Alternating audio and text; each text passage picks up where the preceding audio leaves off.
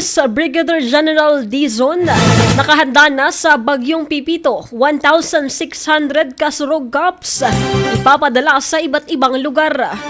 Ang buong detalye ng balita nasa linya si Megapo Patrol number 36, RG De Chavez. Bicol Network News Report!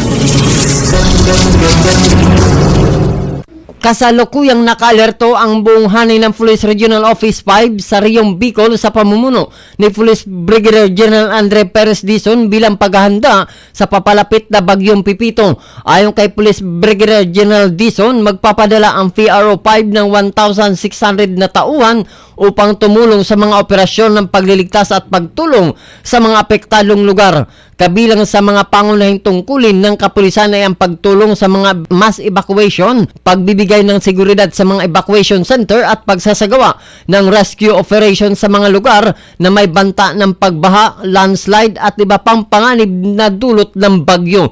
Kaugnay nito, handa rin ang Police Kasurug Cops na magsagawa ng mga rescue operation sa mga bahaing puok at mga lokasyon kung saan maaring ma-stranded ang mga tao.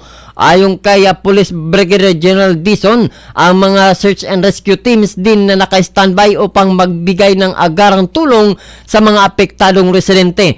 Pinapatibay din ng pulisya ang kanilang mga hakbang upang tiyakin na walang mangyayaring kaguluhan habang isinasagawa ang mga hakbang para sa kaligtasan ng komunidad. Kasama ang iba pang mga ahensya ng gobyerno, titiyakin nila ang maayos na koordinasyon ng mga relief efforts. Samantala, pinapaigting na rin ang pagpapakalat ng mga mahalagang babala at advisory sa publiko at hinihikayat ang lahat na sumunod sa mga safety protocols upang makaiwas sa anumang panganib. Kasama mo sa pagbabalita sa Bicol Network News, ito si Mega Patrol numero 36, RG De Chavez, tatak tunay na serbisyo.